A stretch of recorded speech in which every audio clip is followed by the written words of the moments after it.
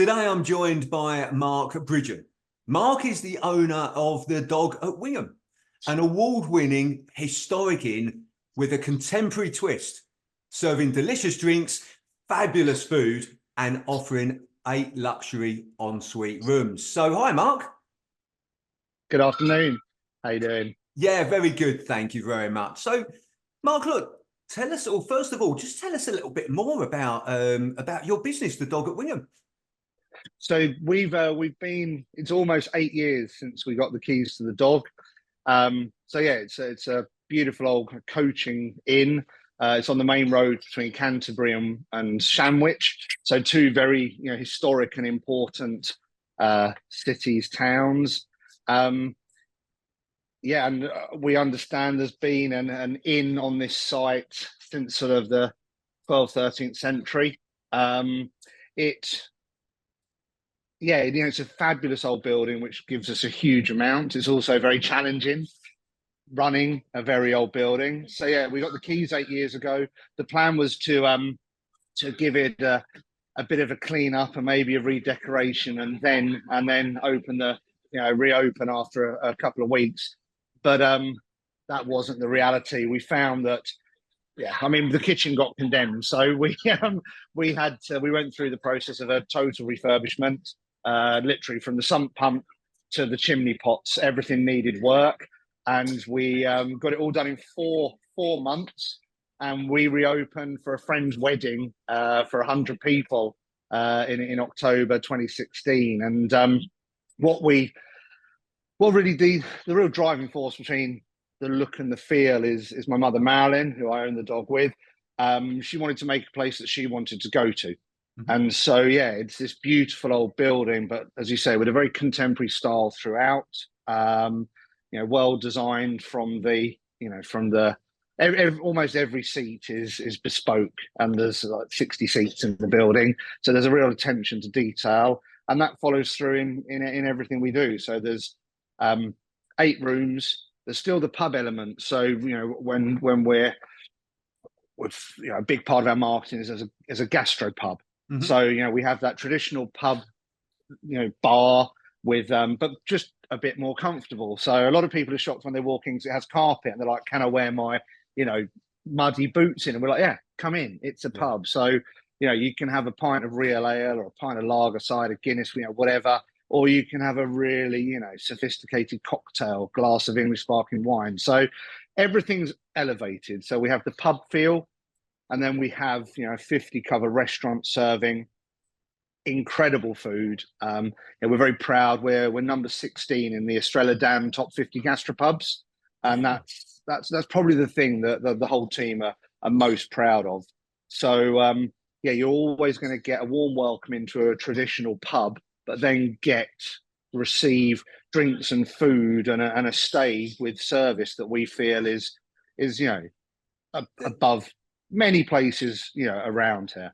So let's dig into that, because I saw that, and look, see you got on your t-shirt as well, the top 50, but you're number 16, aren't you? Which is great in that top 50 of gastro pubs. So why, in your view, what has meant that you're at number 16, but also what do you think could take you higher?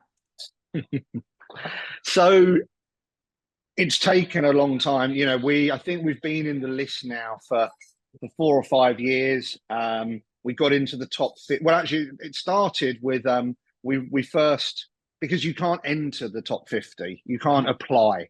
But we were able to apply for their front of house team of the year. So that is a category that you can enter. And I think on our 3rd year of entering, we won that. Wow. And I think, if my memory serves me right, possibly in the same year, we were listed in the top 50 for the first time. I think we first got in at number 49. Okay. And then I think the climb has been down to, firstly, once you're recognised within the list, you then find more and more people visiting you because you're in it. And then we've just managed to consistently, in fact, one year we dropped out during COVID to really support the industry. They extended the list to 100, and we dropped into the 50s.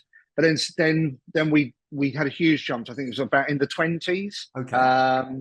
And then in last January to number 16. And I think what's enabled that has been a really consistent delivery of an exceptional food offering, and something that we've just tweaked continuously. So, from day one, fantastic food has been probably our core aim. But I think any restaurateur, any pub operator would agree that it's consistency is your biggest challenge. And so we've been consistent probably for 4 or 5 years now, but certainly the first 3 years it just wasn't there. And once you achieve that consistency, and funny enough, I was speaking to a guest this morning, and they stopped using their local because they had such a terrible experience there. And I can't claim that we get it right 100% of the time, but 99% of the time we get it right. And if we get it wrong, the way that we deal with whatever the issue is always surprises people.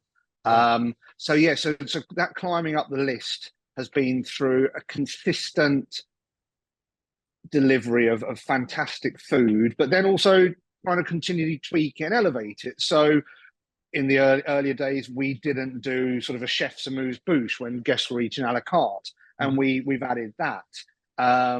And with our we do a monthly celebration menu, which is a different theme that gives our chefs a chance to really show off their passion and their skills, and it gives our guests a chance to experience something different every month. Because although we change our menu seasonally, the real aim is to have regulars. And when a menu's only changing every 2-3 months, giving them a different menu each month, or we have our lunch menus different. So it's being able to give variety, twinned with consistency in product. And yes, how do we climb up the list? So that is the brilliant thing is that's the real aim of our chefs. That is what they're all focused on, and to the point where we entered one of our young chefs into a competition a couple of weeks ago, and he had to write a little his aims and hopes and achievements for the coming 12 months, and off his own back he put in there to go up further up the top 50 list. So it's something that the whole team, it gives them a real focus and drive to keep striving for excellence and improvement.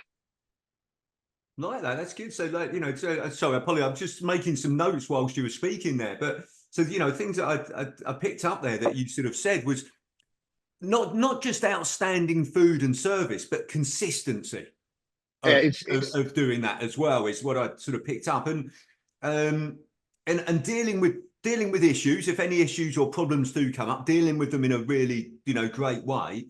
And then the other thing I really liked there was that you said that team focus, everybody's focused on, right, okay, we want to continue to climb up that ladder. So you've got a common goal of what you want to achieve. Okay. Yeah. And it runs, we're a relatively small property. We're not a massive business. But so we have a dedicated bookings function. That is part of our product. So for us, we want even if they're not even a guest yet, if someone makes an inquiry, we want them to have a 5-star engagement from the minute, whether they engage with us by picking up the phone, an email, social media, though we get back to them in almost instantly. They get a well-informed, comprehensive response with lots of options. And so their experience is 5-star from the minute they engage with us. And then when they arrive, I'll probably say it more than once in our chat today, a warm welcome. It's a mantra amongst the team. Because it's an old building, the front, the door opens, you can hear it. Wherever you are, you can hear when the front door opens. Okay. And the training for the staff is that wherever they are, their ears prick up and they get to the front door and they welcome the guest in. And if we get that right, and then serve them brilliant drinks, and then consistently deliver an amazing food product, and then the service around it, and our reviews on Google, TripAdvisor, they are outstanding. Mm. And it is, a number of, not everyone, but a number of team members will get named within there. We've just had a guest for lunch, and they had a melon sorbet, and the lady was from South Africa. She said, she would come back from South Africa just for that, and then, by chance, managed to, on the way out, have a conversation with the chef about how he makes it. And so it's every single member of the team knows that what's the value in delivering the best possible experience for the guest, because it gives the guest value, but it gives the business value. Yeah. We are trying in challenging times, we're trying to be a business, but the team also understand that it then the service charge that they earn is a significant part of their pay. So if the guests have the best possible experience and they get value in every step of it, they'll be back. Yeah. And how do you measure that, Mark, in terms of customer experience? Do you have questionnaires, surveys? Do you actively encourage reviews? How do you Yeah, absolutely. So every assuming someone's booked, it's a bit more tricky when someone walks in, because we don't always capture their contact details. But 90% of our bookings are pre-booked, and after in the following day they receive an email. Thank you for they receive a follow-up email thanking them for choosing the dog and asking them to give us a review on either TripAdvisor or Google. Or there's a few others that we also mention. But also we say, if any aspect of your visit wasn't perfect, please hit reply so that we can address it for your next visit and for future customers. And we get, like I say, we get a lot of online reviews, but we get a lot of emails. I think that's probably partly due to we even get cards and letters.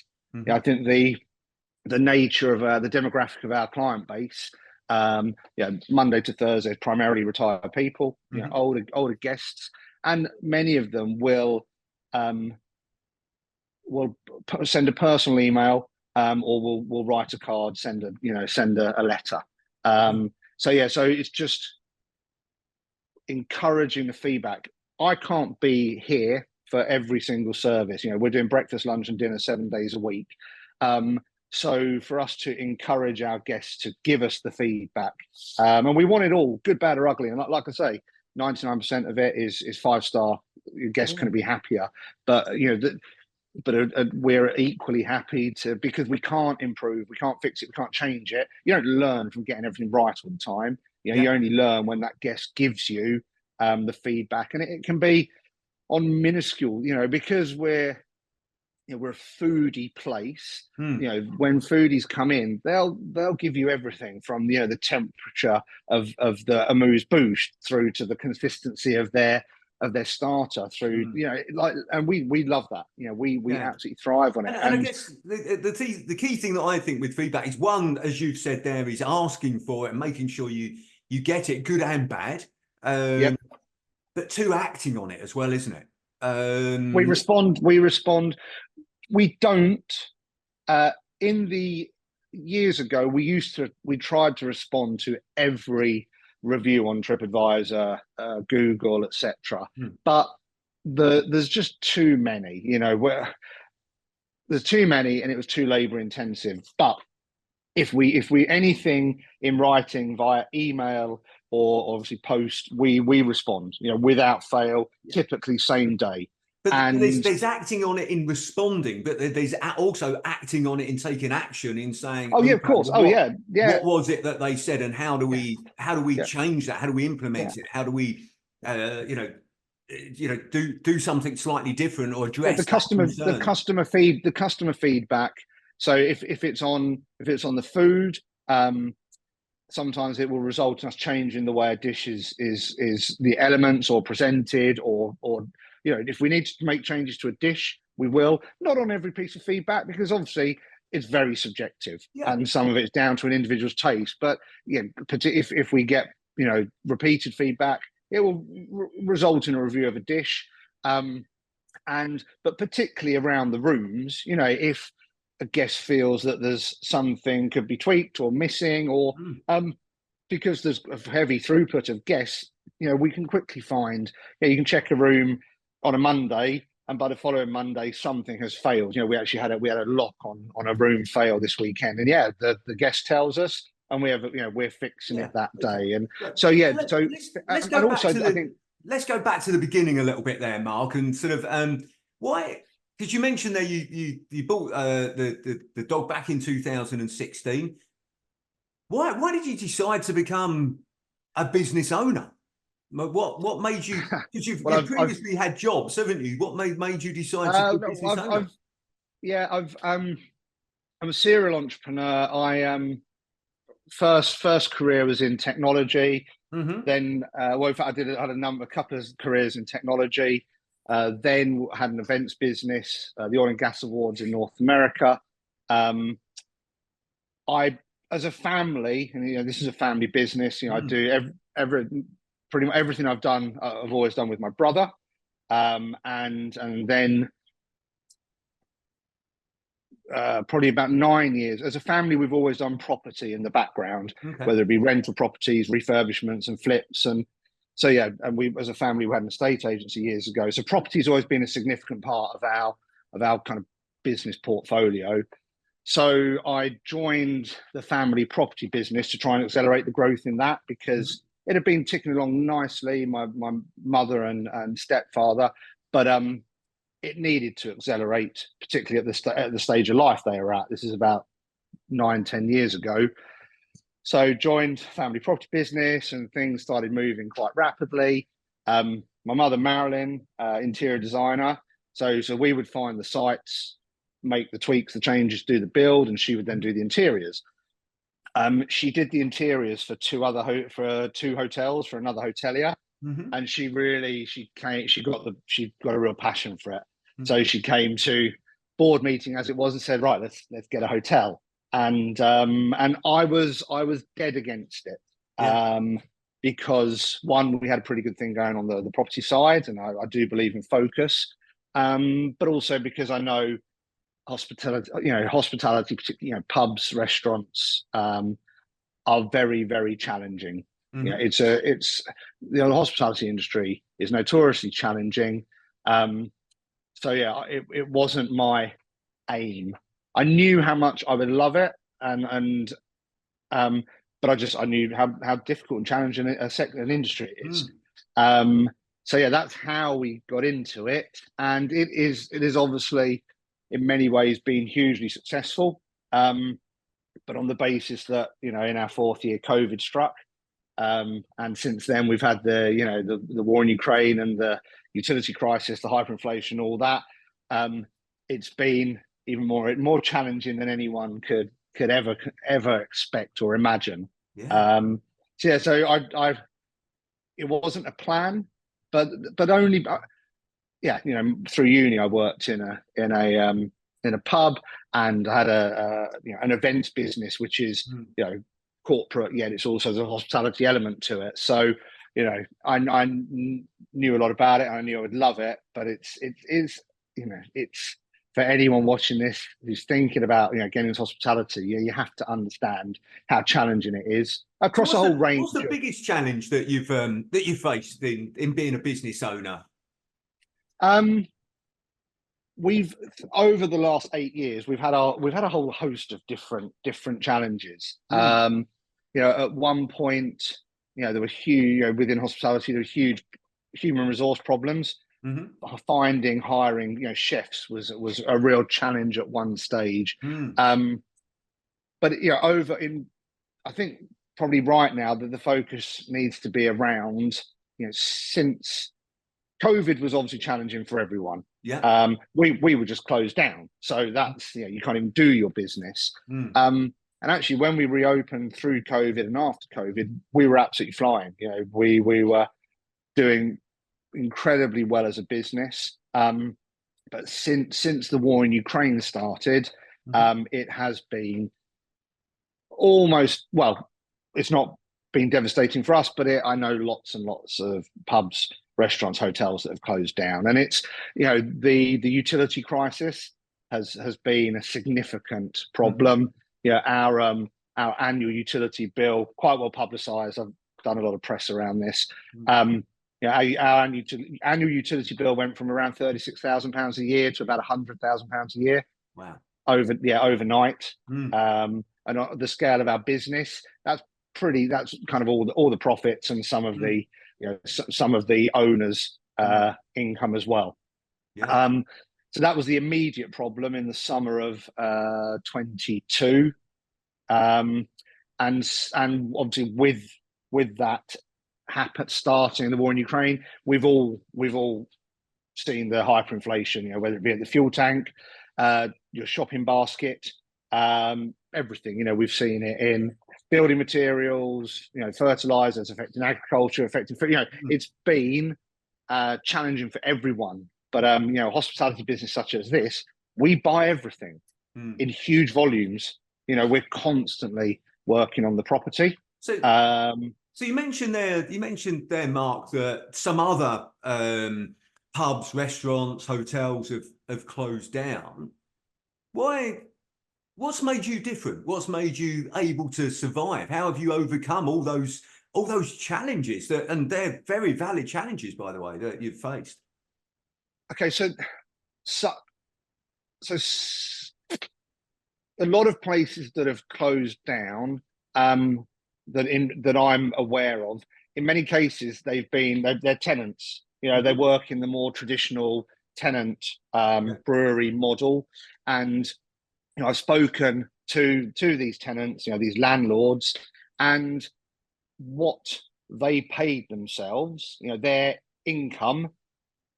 Overnight, it became their utility bill. So they were just working to pay the utility provider. So they no longer had an income. They had to close. And I'm talking tens of pubs just in the Kent area.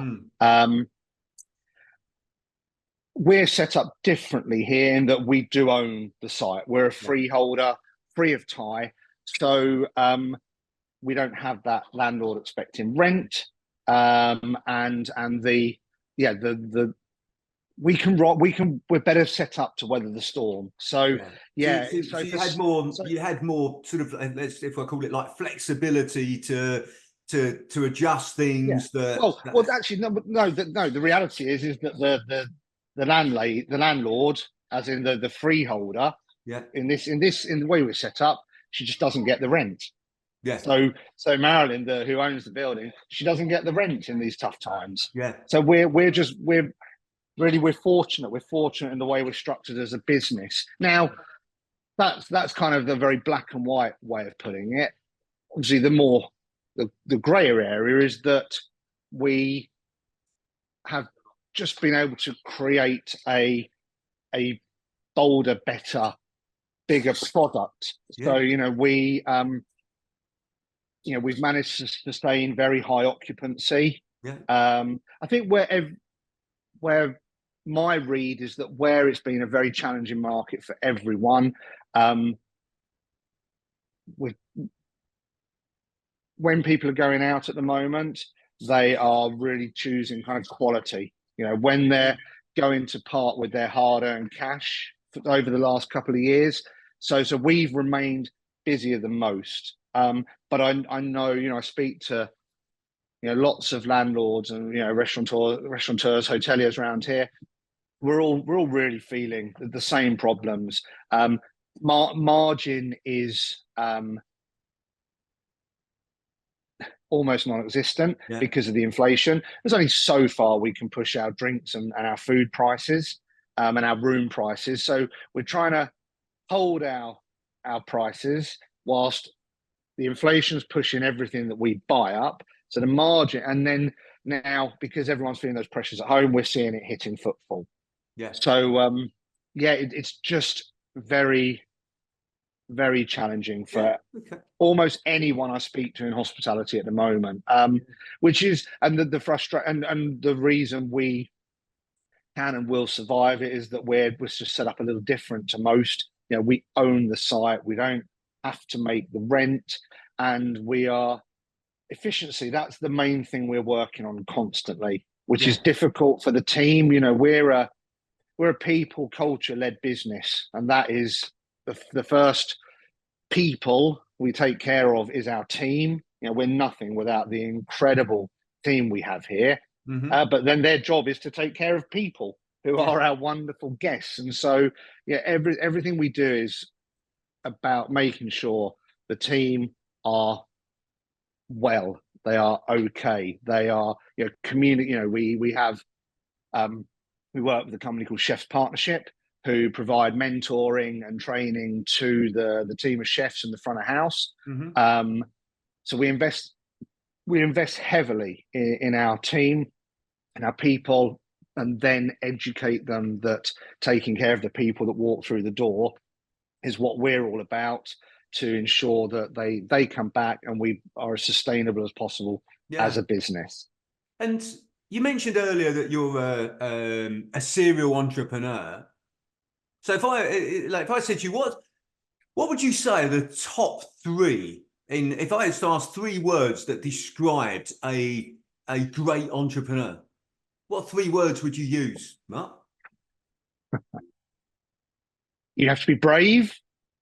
Yeah. You have to be focused, and you have to be resilient. Okay. I like those. Brave, focused, and resilient. And it's all. Yeah, I mean, I think that's just for the entrepreneur, but for a startup, it's all about, it's about the team. There's very few ideas or products or businesses that haven't been thought of before, haven't been done before. You need to have an excellent idea, but then you need to be able to execute it, and you need to have the right team around you to execute it and make it happen. Yeah, absolutely. No, I agree. Okay, look, that is the key to the success of the dog. It is, I can't labor the points enough. It is all about the team. And as a team, we make sure that the property, we're custodians of this building, so we all work hard to keep it clean and tidy and well repaired. And our handyman, he should probably move in. It's kind of never ending. We're proactive in servicing our refrigeration equipment, our kit, everything, because we can't have something break down on us, because it will then affect what we're delivering to our guests. So the team works incredibly hard to maintain the site and the equipment, and then to welcome our guests and to give them the best experience. And that constant train, it's, I think, probably mentor, that's kind of my role, is to mentor the team, to make them, to communicate to them how important it is that we consistently do every small and big things. They all add up to give the guest the best possible experience. And I always dreamed of regular drinkers and regular diners. I never thought we'd have regular residents, but we do. We have people that come and stay here, every month, every couple of months, and that, I think that's real testament, when there's so many places to go, so many, when people travel to you from across the country. We even have some international regulars. People travel to come here because of how the team take care of them and the experience they give them. I always say that it's a great leader. It's a leader's job to look after the team, and it's a team's job to look after the clients. Absolutely. Absolutely. And as the saying goes, there's no such thing as a bad employee, only a bad manager. So it very much comes from the top. So look, one question I like to ask everyone that I interview, Mark, is, what is the best advice you would give to an 18-year-old you?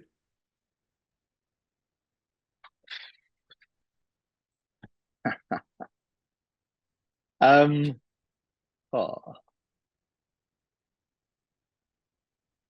probably could have worked a bit harder at school. And I probably could. I was fortunate enough to go to university, and I didn't really get my head around that or embrace it as much as I should have done. So I really only started to understand it in the third year, and it was kind of a bit late by then because of all the fun I'd had. So specifically to me, yeah, probably just, it would have been working a bit hard. I'm a huge, particularly now in what I do, huge believer in education and Mm, maximizing the opportunity. Particularly now when it is so expensive to the individual, all these kids going to uni, stacking up all these bills, and mm, are they really? Because my brother and I were two sides of a coin. I went to university and took that whole journey. He knew he didn't want to, so my our parents gave him some money to start his first business mhm. at 18. Yeah, So, um, but I suppose the translation in that is whatever you're going to do, you cannot work hard enough yeah. at it, and that I think, is um, to myself or to anyone, particularly when you're young, you just have, if you know if what you want to do is create, build, grow, make success in business, you just have to work so hard. Full commitment, focus, and passion. Yeah, and if you're not loving it, don't do it. Go and Mm. find something you're passionate about. That is the most important thing. Yeah, no, I think that's yeah, great advice there. Work hard and find something that you're passionate about. And look, we never stop learning, do we? It's always, whether we're No, learning at school or university or in business, there's always things to continue learning. So yeah, great advice. Okay. Well, look, Mark, I really appreciate you taking the time to speak with me today pleasure. and sharing more about your business, but also your journey as well. So thank you very much. Thanks.